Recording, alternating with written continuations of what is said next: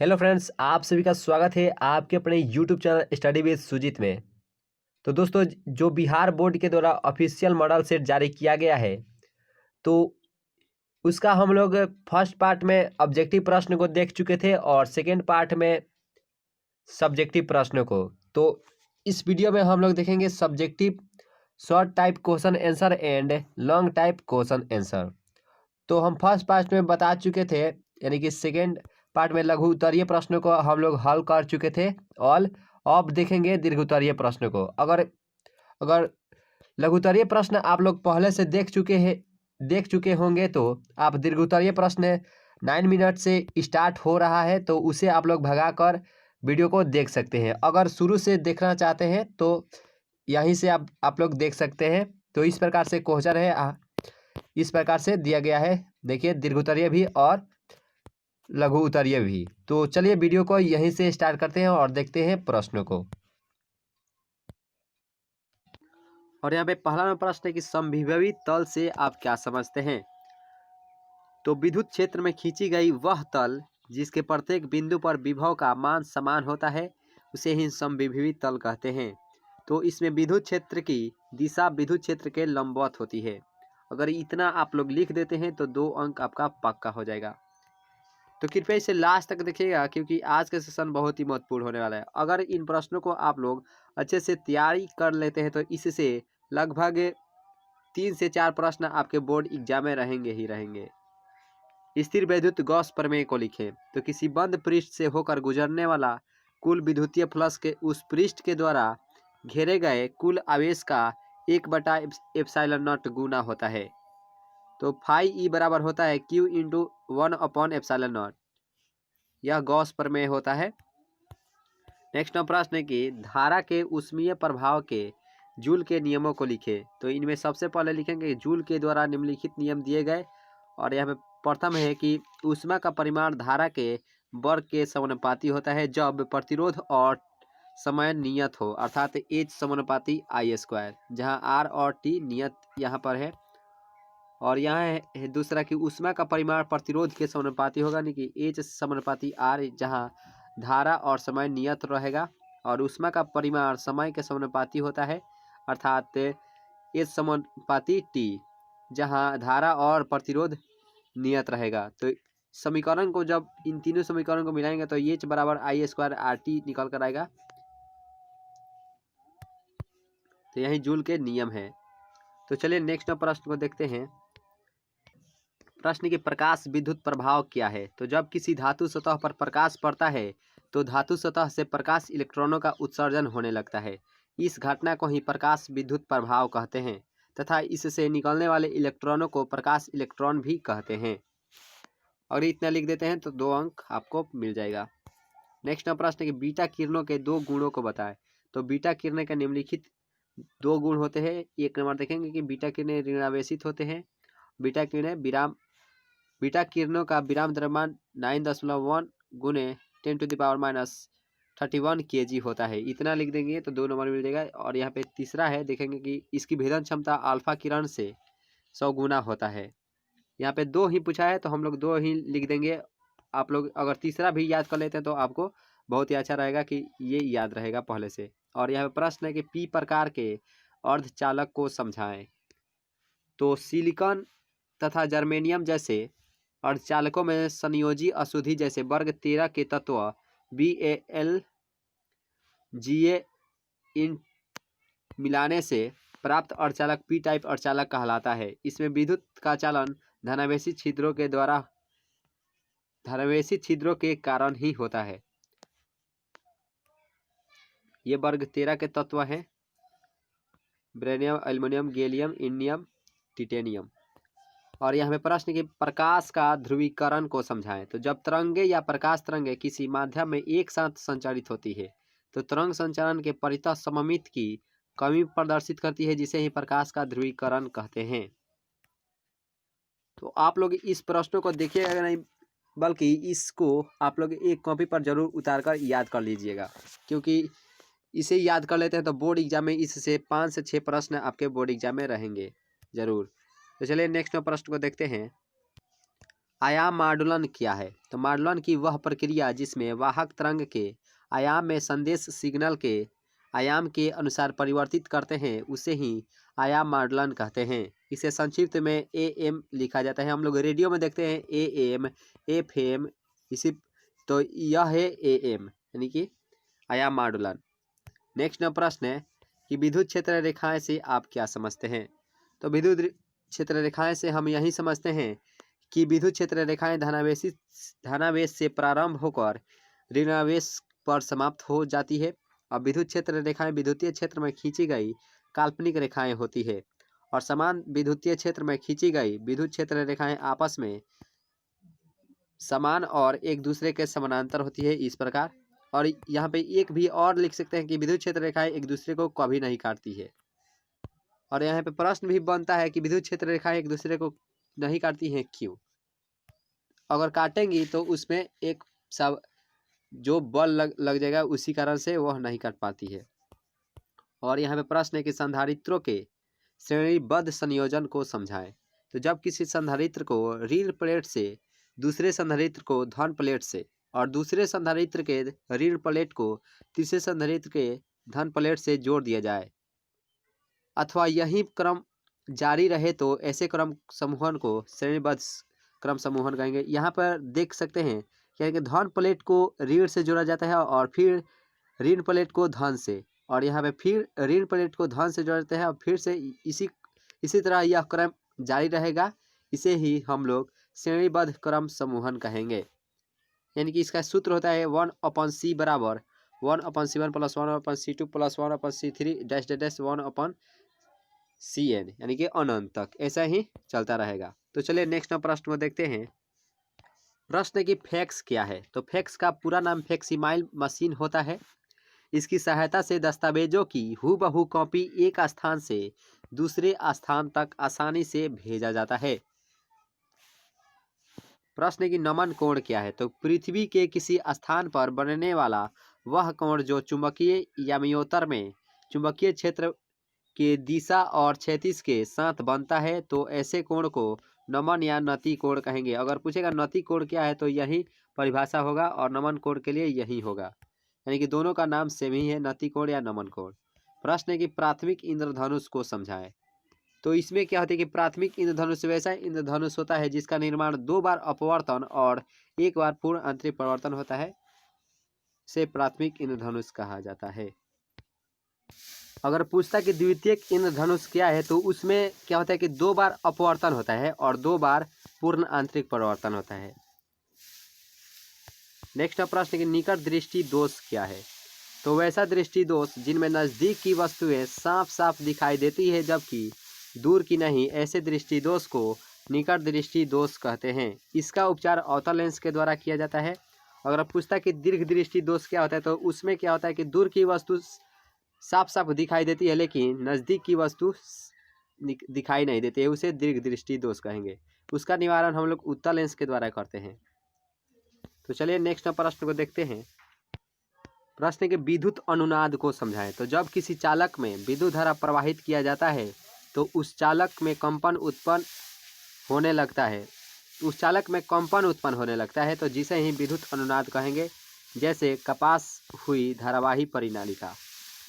Next प्रश्न है कि माध्यम की चुंबकशीलता को समझाएं। तो किसी पदार्थ का वह गुण जो उस पदार्थ में चुंबकीय क्षेत्र स्थापित किए जाने पर उस पदार्थ द्वारा प्रदर्शित सहायता की मात्रा की माप बताता है, उसे ही माध्यम की चुंबकशीलता कहते हैं।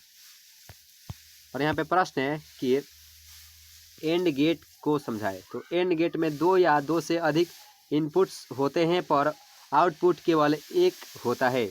एंड गेट का आउटपुट तभी हाई होता है जब सभी इनपुट हाई होते हैं। एंड गेट 2 या 2 से अधिक इनपुट्स पर मल्टीप्लिकेशन ऑपरेशन परफॉर्म करता है। तो अब देखेंगे दीर्घोत्तरीय प्रश्नों को, क्योंकि लघुत्तरीय प्रश्न हम लोग देख चुके थे। तो यहाँ पे फर्स्ट प्रश्न की समांतर पट्टिका संधारित्र की धारिता के लिए व्यंजक प्राप्त करें। तो इसे आप लोग एक कॉपी पर उतार लीजिएगा तो बहुत ही अच्छा रहेगा, क्योंकि इस वीडियो को ये थोड़ा लंबा हो सकता है थोड़ा सा, तो आप लोग कॉपी ज़रूर लेकर बैठिएगा। तो देखिए इस प्रकार से जो बनेगा इस तरह, ये प्लस, ये धनायन है और ये ऋणायन, और ये एक माध्यम है जिसमें टी है और हवा है भी, और यहाँ पे क्यू आवेश है, और ये ए है और बी है, यहाँ पे डी है जो इसका दूरी है। तो सबसे पहले मानेंगे कि माना कि ए बी एक समानांतर है, ए और बी ये एक दूसरे के समानांतर है, पट संधारित्र है, जिसमें एक परावैद्युत माध्यम टी रखा गया है। देखिए यहाँ पे टी रखा गया है तथा परावैद्युत माध्यम के दोनों ओर वायु भरा हुआ है, यानी कि इसके और इसके दोनों ओर यहाँ पे देखिए हवा भरा हुआ है, यानी कि वायु भरा हुआ है। और इस प्रकार से लिख सकते हैं कि समांतर प्लेट के लिए विद्युत क्षेत्र की तीव्रता, तो ई बराबर हो जाएगा सिग्मा अपॉन ई नॉट, यानी कि एप्सिलॉन नॉट हो जाएगा। तो जब विद्युत क्षेत्र के लिए यहाँ पे निकल चुका है इतना, तो अब देखेंगे परावैद्युत माध्यम के लिए ई डैश बराबर हो जाएगा sigma upon E not E R. यहाँ पे ई आर दिया गया है, देखिए यहाँ पे हवा, ये परावैद्युत माध्यम के लिए हो जाएगा। तो अब देखेंगे कि परीक्षण आवेश को बी से ए तक लाने में किया गया कार्य, यानी कि वर्क पूछा है, डब्ल्यू बराबर F into D minus T, ये डी में से टी घट जाएगा, और यहाँ पे परीक्षण आवेश के द्वारा परावैद्युत माध्यम में किया गया कार्य, तो W2 बराबर हो जाएगा एफ डैश टी। एक बार परीक्षण आवेश यानी परावैद्युत माध्यम के लिए एक बार पूछेंगे और एक बार आवेश के लिए, यानी कि इसके लिए। तो इस प्रकार से हम लिख सकते हैं कि कुल विभवांतर भी बराबर होता है वर्क अपॉन आवेश, यानी कि कार्य बटा आवेश होता है। तो दोनों को जोड़ देंगे तो W1 अपॉन क्यू और W2 अपॉन क्यू, यानी कि वर्क अपॉन आवेश बटा वर्क अपॉन आवेश, ये दूसरा हो जाएगा। और यहाँ पे देखेंगे epsilon not upon sigma upon epsilon not, इन दोनों में अगर है तो इसमें ये कॉमन हो जाएगा एप्सिलॉन नॉट, तो हो जाएगा D minus T plus T upon E R, इस प्रकार से हो जाएगा। देखिए यहाँ पे दोनों में एप्सिलॉन नॉट जुड़ा हुआ है, इसमें भी और इसमें भी सिग्मा, तो इस प्रकार से इसे लिख सकते हैं, और दोनों को मिलाने पर तो चूंकि C बराबर होता है Q अपॉन भी, तो Q बराबर हो जाएगा सिग्मा अपॉन ए, और V का मान दिया था इतना, तो sigma upon E naught into D minus T plus T upon R. तो सिग्मा से सिग्मा यहाँ पे कट जाएगा, और ये जो भाग, ये जो नीचे है बाटा के नीचे, तो ये ऊपर चला जाएगा, तो हो जाएगा ये epsilon not upon D minus T plus T upon E R.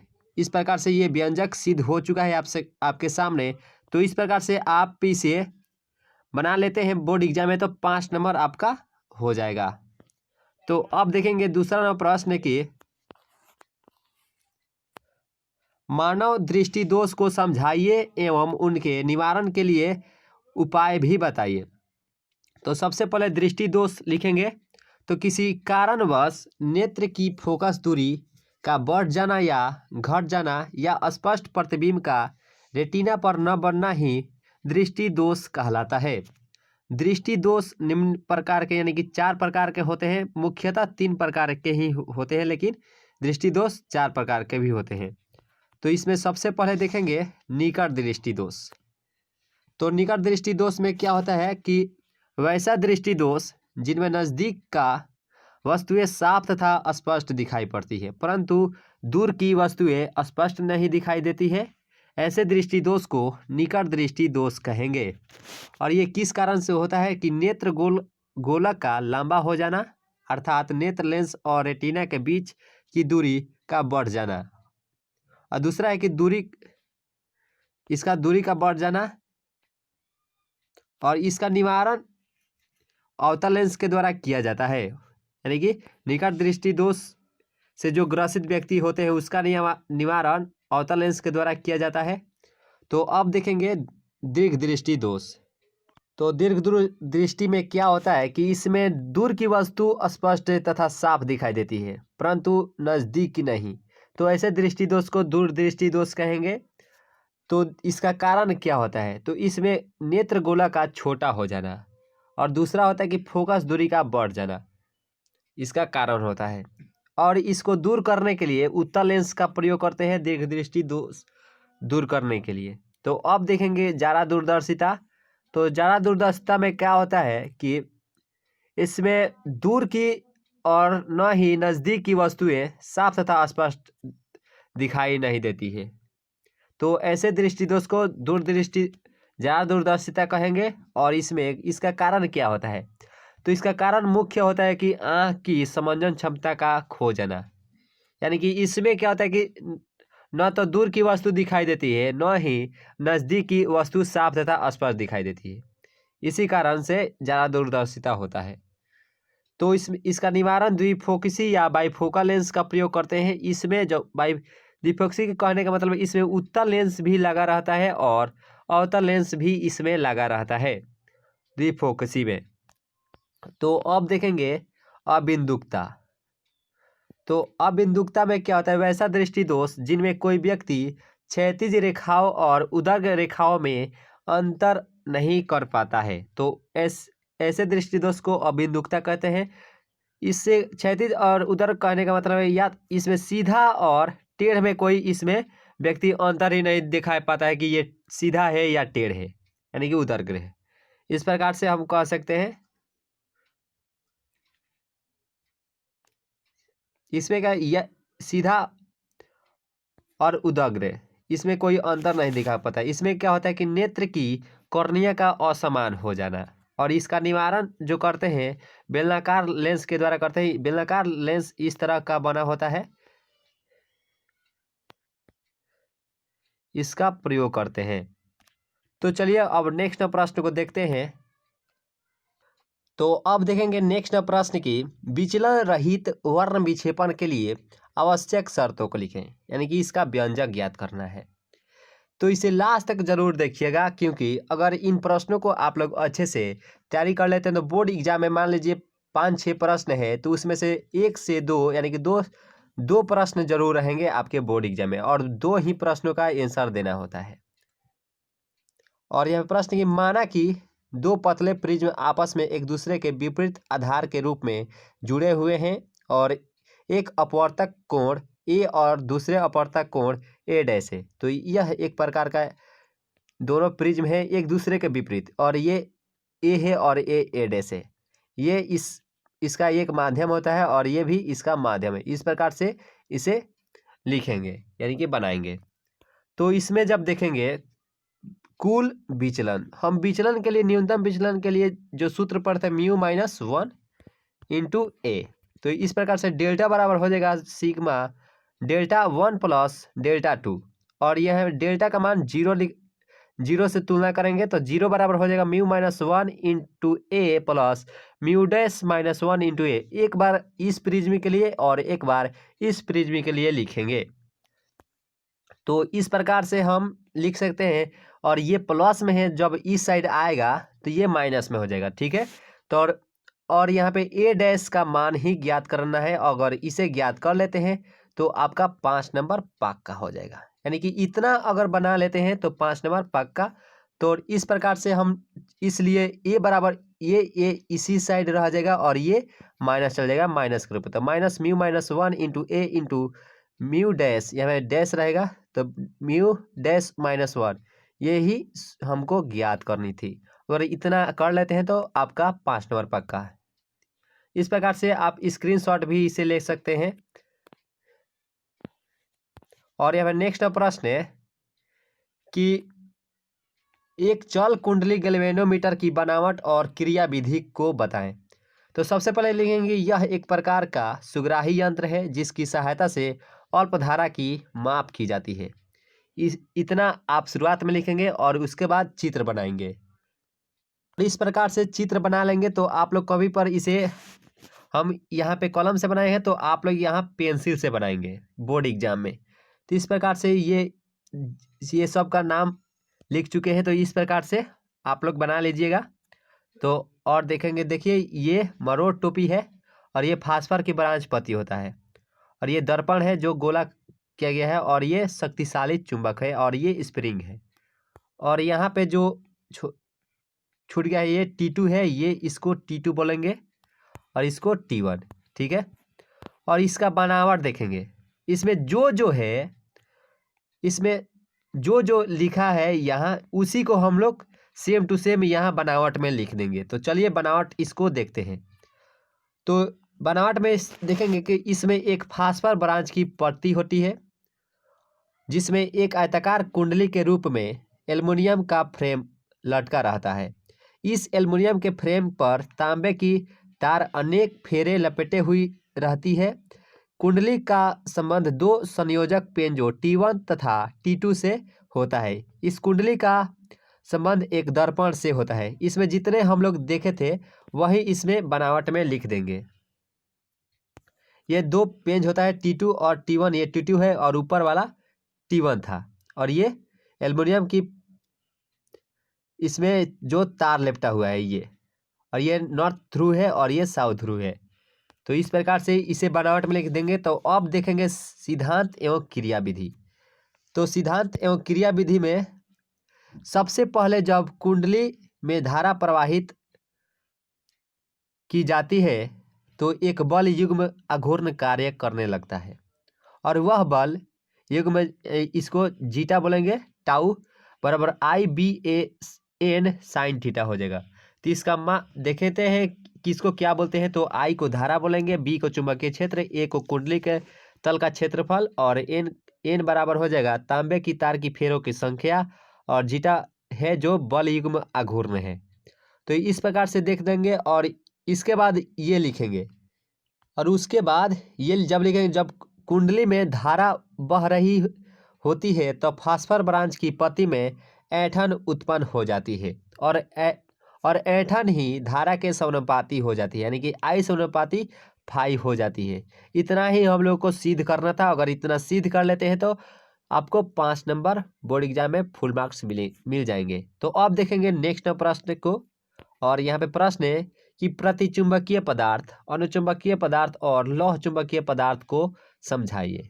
तो सबसे पहले प्रतिचुंबकीय पदार्थ लिखकर डैश देंगे, और ऐसे पदार्थ जो चुंबक के पास लाया जाए तो वे अपने आप को अक्ष बनाकर ध्रुव के साथ खड़े हो जाते हैं।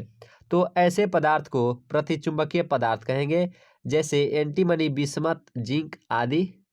ठीक है, अन्य पदार्थ भी हो जाएंगे प्रतिचुंबकीय के उदाहरण। तो अब देखेंगे अनुचुंबकीय पदार्थ। तो अनुचुंबकीय पदार्थ में क्या होता है। तो ऐसे पदार्थ जो क्षण चुंबक के द्वारा न्यून बल से आकर्षित होते हैं तथा इसे चुंबकीय क्षेत्र में रखने पर चुंबकीय क्षेत्र की दिशा में ही चुंबकित हो जाते हैं, अनुचुंबकीय पदार्थ कहलाते हैं।